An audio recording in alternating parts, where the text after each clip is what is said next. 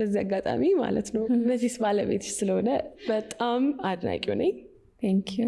አዎ በይለት ፕሊስ ንገሪልኝ። አመሰግናለሁ በጣም አክባሪው አድናቂው ነኝ።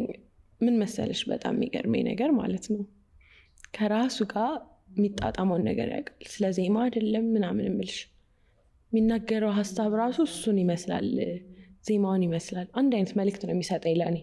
ዜማው፣ ግጥሙ፣ የሚዘፍንበት መንገድ፣ ሙዚቃው፣ ሁሉም ነገር አንጀትሽና አርሶት ነው የሚገባው። አንድ አይነት መልእክት ነው የሚሰጥሽ።